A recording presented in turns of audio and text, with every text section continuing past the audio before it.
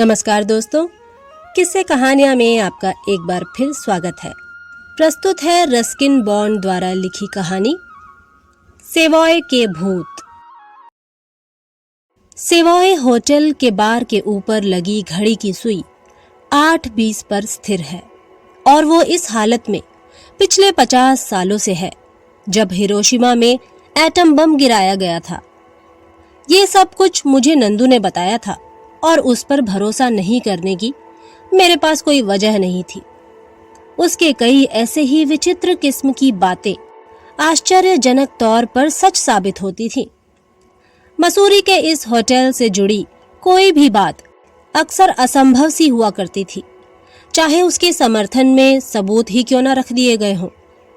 जैसे नंदू के अनुसार इस रेस्तरां के एक पूर्व मालिक मिस्टर मैक्लिंटॉक की नाक नकली थी, हालांकि उसने कभी देखा नहीं था। नंदू की बात कितनी सही थी ये पता करने के लिए मैंने बूढ़े नेगी से पूछा। नेगी इस होटल में काम करने आने वाला शुरुआती कर्मचारी था। वो 1932 में, तब मेरा जन्म भी नहीं हुआ था, होटल में रूम बॉय हुआ करता था और जो 60 साल बीत जाने और 2 बीवियों के बाद इस होटल के फ्रंट ऑफिस का कामकाज देखा करता है। नेगी के मुताबिक मिस्टर मैक्लिंटॉक की नकली नाक वाली बात पूरी तरह से सही है। मैं रात में मैक्लिंटॉक साहेब को पीने के लिए कोको बनाकर दिया करता था। उनके रूम से बाहर निकलकर मैं एक खिड़की के पास छुपकर खड़ा हो जाया करता था और उन्हें देखता रहता। रात में बत्ती बंद करने से पहले जो अंतिम काम वह किया करते थे वो था अपनी नकली नाक निकालकर बिस्तर के पास टेबल पर रखना। वो कभी भी उसे पहनकर सोते नहीं थे। मेरे ख्याल से उसे पहनकर सोने में उन्हें काफी तकलीफ होती थी, खासकर करवट लेते वक्त। फिर सुबह को उठने के साथ ही पहला काम जो वो किया करते थे वो था अपनी नकली नाक पहनना, चाय पीने से भी पहले। मैक्लिंटॉक साहब एक महान आदमी थे, लेकिन उन्होंने अपनी नाक गंवाई कैसे? मैंने पूछा। पत्नी ने काट लिया था, नंदू ने कहा। नहीं सर, नेगी ने कहा, जिसकी सच्चाई दूर दूर तक प्रसिद्ध है। उनकी नाक प्रथम विश्व युद्ध के दौरान बंदूक की गोली लगने के कारण उड़ गई थी, जिसके बाद उन्हें हर्जाने के रूप में विक्टोरिया क्रॉस दिया गया था। और जब उनकी मौत हुई तब भी क्या वे अपनी नकली नाक पहने हुए थे? मैंने पूछा। नहीं सर, बूढ़े नेगी ने कहा और रस लेते हुए उसने कहानी को आगे बढ़ाया। एक सुबह जब मैं साहिब के पास सुबह की चाय लेकर गया तब मैंने उनको वहां बिस्तर पर मृत पाया, बगैर नाक के। उनकी नाक बिस्तर के पास टेबल पर पड़ी हुई थी। मुझे आज लगता है कि मुझे उसे वहीं छोड़ देना चाहिए था, लेकिन मिस्टर मैक्लिंटॉक एक अच्छे आदमी थे। मैं ये बर्दाश्त नहीं कर सकता था कि पूरी दुनिया को उनकी नकली नाक के बारे में पता चले। इसलिए मैंने पहले उनकी नकली नाक को उनके चेहरे से चिपकाया, फिर जाकर मैनेजर को उनकी मृत्यु की सूचना दी। उनकी स्वाभाविक मृत्यु हुई थी, हार्ट अटैक से, लेकिन मैंने इस बात का पूरा ध्यान रखा कि उनकी लाश ताबूत में अपनी नाक के साथ ही जाए। हम सब इस बात को मानते थे कि नेगी एक अच्छा आदमी था, खासकर बुरे वक्त में साथ देने वाला। ऐसा कहा जाता है कि मिस्टर मैक्लिंटॉक का भूत आज भी होटल के गलियारों में भटकता रहता है, लेकिन अभी तक मेरा उससे सामना नहीं हुआ है। क्या वो भूत नकली नाक के साथ होगा? बूढ़े नेगी को लगता है नहीं, क्योंकि नकली नाक इंसान के द्वारा बनाया गया था, लेकिन उसने भी उस भूत को नजदीक से देखा नहीं था, सिर्फ दूर से बियर के बागीचे में लगे देवदार के 2 पेड़ों के बीच से पीछे जाते हुए। वे देवदार के पेड़ कम से कम 200 साल पुराने थे, होटल के बनाए जाने के पहले से, शायद इस हिल स्टेशन के बनने से पहले के हैं। बहुत सारे लोग जो बार में आया करते थे वो सब अब जा चुके हैं। कभी कभी तो मुझे जीवित और मृत लोगों में फर्क करने में भी दिक्कत आती है, लेकिन असल भूत तो वे होते हैं जो शराब पीने के बाद बगैर पैसा दिए गायब हो जाते हैं। मुझे कभी भी गायब होने की जरूरत नहीं पड़ी। पिछले 5-6 सालों में मुझे जब भी सेवॉय बार के सहारे की जरूरत पड़ी है, ऐसा बहुत कम हुआ है कि मुझे अपनी शराब के लिए पैसे देने पड़े हों। इसकी वजह मेरा दोस्त नंदू है। आप इन पन्नों में कहीं भी नंदू के लिए कोई सख्त शब्द नहीं पाएंगे। मेरे ख्याल से उसने बहुत पहले ही ये तय कर लिया था कि मैं उसके शराब खाने के लिए एक अलंकरण के समान हूँ और वहां रखे स्टूल पर बैठा हुआ मैं रे मिलंड इन द लास्ट वीकेंड की तरह दिखता हूँ। उसे इस भूमिका के लिए ऑस्कर मिला था। हालांकि सेल का वो आदमी जो अक्सर बार के दूसरे स्टूल पर बैठा रहता, वो अपने जैकी श्रॉफ समान मूछों के भी उस शराब खाने की कोई शोभा नहीं बढ़ा रहा था। लेकिन मुझे ये मानना पड़ेगा कि वो शराब को गिलास में डालने, कॉकटेल्स बनाने और नशे में धुत महिलाओं को टॉयलेट रूम तक पहुंचाने में काफी पारंगत था। वो भी अपनी शराब के पैसे कभी नहीं चुकाया करता था। तो फिर नंदू अपना खर्चा कैसे चलाता है? जाहिर है क्योंकि वहां कुछ असली ग्राहक भी आते हैं जिन्हें हम होटल के भीतर घर जैसा आराम देते हैं।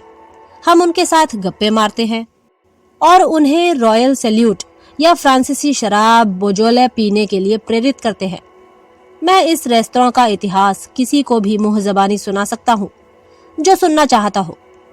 जहां तक सेल के उस व्यक्ति का सवाल है, वो मुफ्त में एम्बुलेंस की सेवा लोगों को मुहैया कराता है जो होटल के मेहमान नवाजी को झेल पाने में असमर्थ होते हैं। सेल का वो आदमी शहर का नंबर 1 ब्लड डोनर है। इसलिए अगर आपको किसी का खून चढ़ाया गया हो और उसके बाद आप पर खुमारी चढ़ी हुई है, तब आप जान सकते हैं कि किसके शरीर का खून आपकी धमनियों में बह रहा है। लेकिन वो असली स्कॉच होता है। सेल की पहाड़ियों की तलहटी में जो तरल पदार्थ बनाया जाता है वो नहीं। नंदू ने ही मुझे बताया था कि नोबल विजेता पर्ल बक 1950 के आसपास हमारे होटल में कुछ समय के लिए ठहरी थी। मैंने होटल के रजिस्टर से पता लगाने की कोशिश की तो हमेशा की तरह इस बार भी नंदू सही निकला। जहां तक मेरी जानकारी है, मिस पर्ल ने अपनी किसी भी किताब में इस होटल या शहर के बारे में अपने अनुभवों का जिक्र नहीं किया था, जबकि ये जगह ऐसी है जिसके बारे में अक्सर लोगों के पास कुछ न कुछ कहने के लिए होता है। जैसे मेलबर्न एज का वो कॉरेस्पोंडेंट जिसने तेज आंधी, बारिश और तूफान के दौरान अपने कमरे की छत के उड़ जाने की शिकायत की थी। ये एक बेहद ही ओछी सी शिकायत थी।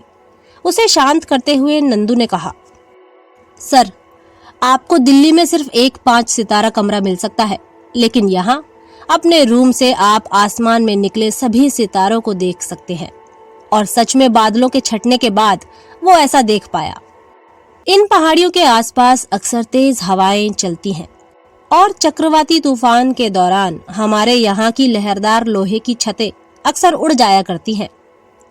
नेगी ने याद किया कि एक बार गर्मियों के दोपहरी में आए तूफान के बाद सेवॉय होटल की छत का एक हिस्सा उड़कर 5 मील दूर सेंट जॉर्ज स्कूल पर गिरा हुआ मिला था।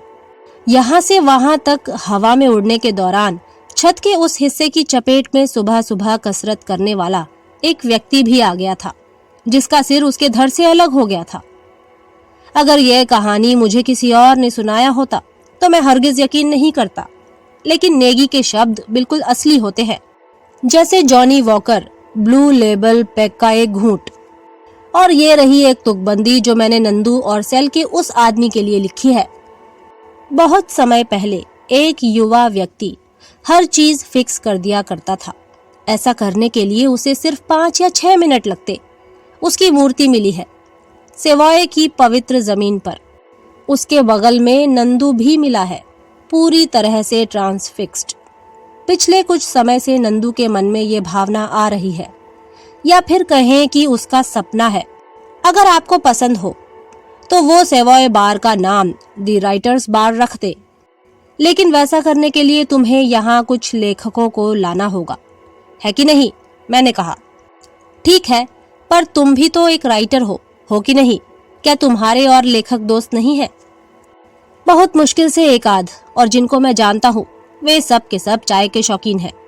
वो हेमिंगवे टाइप वाले अब फैशन में नहीं है। पिछले साल जब मैं सिंगापुर में था तब मैं दोबारा ऐतिहासिक रैफल्स होटल गया।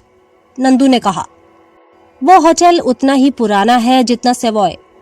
और उनके यहाँ एक राइटर्स बार है जिसके दीवार पर तांबे का बैज लगा हुआ है जिस पर लिखा हुआ है कि सोमरसेट मॉम वहां आए थे। उनके अलावा जोसेफ कॉनरॉड और ग्राहम ग्रीन भी। ओह, सभी बहुत ही शांत और गंभीर लोग थे, मैंने कहा। हाँ, लेकिन वे सभी वहां ठहरे थे और उन्होंने जरूर ही वहां कभी न कभी बार में जाकर कोई ड्रिंक पी होगी, चाहे वो नींबू पानी ही क्यों ना हो। अपने अच्छे दिनों में सेवॉय में भी कुछ अच्छे लेखक आकर जरूर ठहरे होंगे। हाँ, पर्लबक यहाँ रुकी थी। मेरे पास अभी भी एक किताब पर उनकी ऑटोग्राफ सुरक्षित है। उन्होंने नोबेल पुरस्कार जीता था, है कि नहीं? हाँ, वो रुकी थी, लेकिन इस बात का संदेह है कि वो कभी बार गई होंगी। जहां तक मुझे पता है वो मिशनरीज की बेटी थी। तब तो ये ड्रिंक लेने का और भी बड़ा कारण है।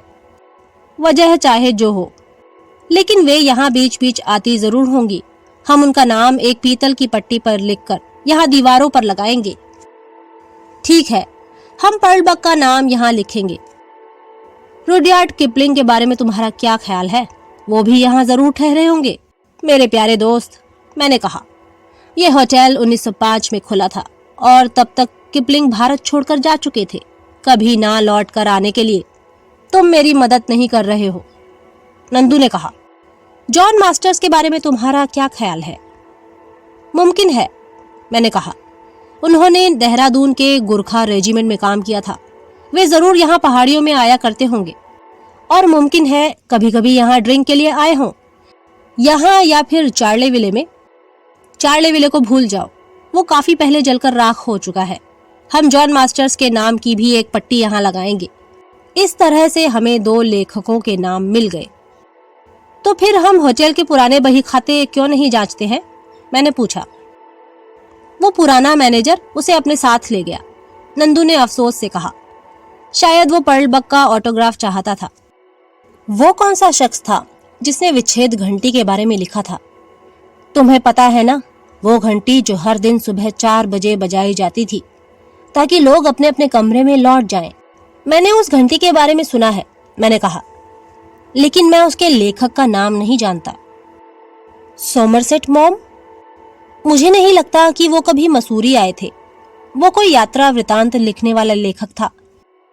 गेट्जर्स, बिल एटकिन, वो लोग अभी भी जिंदा है, लेकिन अगर तुम उन्हें अभी भी एक ड्रिंक के लिए आमंत्रित करो तो शायद वे अपना नाम यहाँ दीवार पर लिखने की इजाजत दे दें।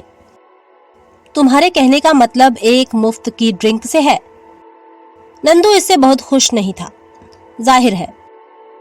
मुझे लगता है कि हमें उन लेखकों पर केंद्रित रहना चाहिए जो अब जीवित नहीं है। पंडित नेहरू यहाँ रुके थे और वे एक राइटर थे। हाँ नंदू, लेकिन मुझे नहीं लगता कि तुम उन्हें कभी भी इस होटल के बार में पाए होंगे। Sir Edmund Hillary? हाँ, उन्होंने अपनी आत्मकथा लिखी थी। शायद माउंट एवरेस्ट पर चढ़ने के बाद यहाँ एक ड्रिंक के लिए रुके थे। ठीक है, मुझे मिल गया, जिम कॉर्बेट। लेकिन वो नैनीताल में रहते थे, मैंने विरोध जताते हुए कहा। मुझे संदेह है कि वो कभी भी यहाँ आए होंगे। उनके माता पिता की शादी मसूरी में हुई थी, ये तुमने ही मुझे बताया है। और उन्होंने वो किताब भी लिखी थी, the man eater of Rudraprayag. Rudraprayag यहाँ से सिर्फ 80 मील दूर है, आसमान के रास्ते। ठीक है। और उस आदमखोर को मारने के बाद कॉर्बेट पैदल चलकर मसूरी तक आए ताकि यहाँ सेवॉय में बियर पी सके। उस समय कोई मोटर रोड भी नहीं हुआ करती थी नंदू। उन्हें सचमुच एक ड्रिंक की बेहद जरूरत होगी। ये पूरी तरह से मुमकिन है। वो काफी दूर दूर पैदल ही यात्राएं किया करते थे। हाँ, लेकिन आदमखोर जानवरों को मारने के लिए, बियर पीने के लिए नहीं। लेकिन चलो हम उनके नाम की भी एक पट्टी यहाँ लगा दें, सिर्फ इस वजह से कि उनके माता पिता की शादी मसूरी में हुई थी। अब हमारे पास कौन कौन है? पर्लबक, जॉन मास्टर्स, जिम कॉर्बेट। पीतल की वो नाम वाली पट्टियां तैयार की जा रही हैं।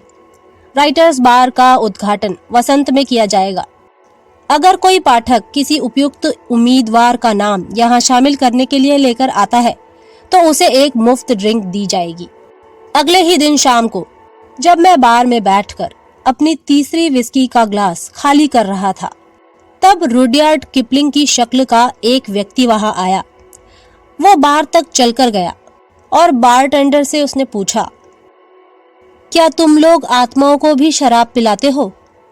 इससे पहले कि हम उसे अपने साथ पीने का न्योता देते, वो गायब हो चुका था। तो दोस्तों, ये थी रस्किन बॉन्ड द्वारा लिखी कहानी सेवॉय के भूत।